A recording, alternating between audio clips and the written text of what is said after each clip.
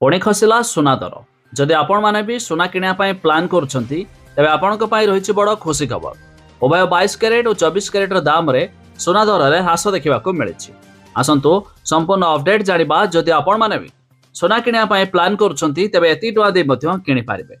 जानिबा पूर्वरु video को like करंतु, subscribe करना थिले एबे सब्सक्राइब करी पाखर थिवा घंटी चिन्ह को दबाइ दियंतु। तेबे आज हम ओडिशा दर अर्थात राजधानी भुवनेश्वर रे आज मध्य उभय 22 कैरेट और 24 कैरेट दाम रे 1200 टंका ह्रास देखा मिली 10 ग्राम प्रति। तेबे आज दर रे शुद्ध सुना 24 कैरेट दाम रे 10 ग्राम प्रति 72,150 टंका बिक्री हेउथिया बेले 22 कैरेट दाम रे 10 ग्राम प्रति 68,750 टंका रे बिक्री होउछि। आउ ता छड़ा मुंबई रो मल्टी कमोडिटी एक्सचेंज रे आज भी मध्य सुना दर रे ह्रास देखा मिली।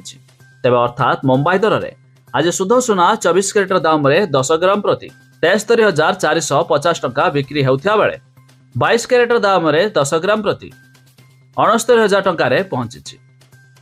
एहा छड़ा दिल्ली रो सरफा बाजार रे आज भी सुना दर रे आंशिक मात्रा रे ह्रास देखा मिली। 10 ग्राम प्रति 900 टंका ह्रास होइछि।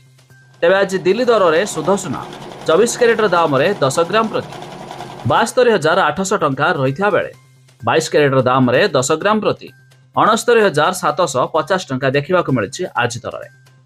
आउ ता छड़ा रूपा मूल्य 1 किलोग्राम प्रति 93,800 टंका रे पहुंची आज दर। तेबे आपण मानक मतामत निहाती कमेंट करी जणांतु सर्वनिम्न केते टंका रहिले सुना आपणक पई भलो हेबो। जदि आपण माने भी सुना किना पई प्लान करछंती तेबे आज ओडिशा दर रे जहा कि 10 ग्राम प्रति 72,500 टंका दे मध्य किनि पारिबे।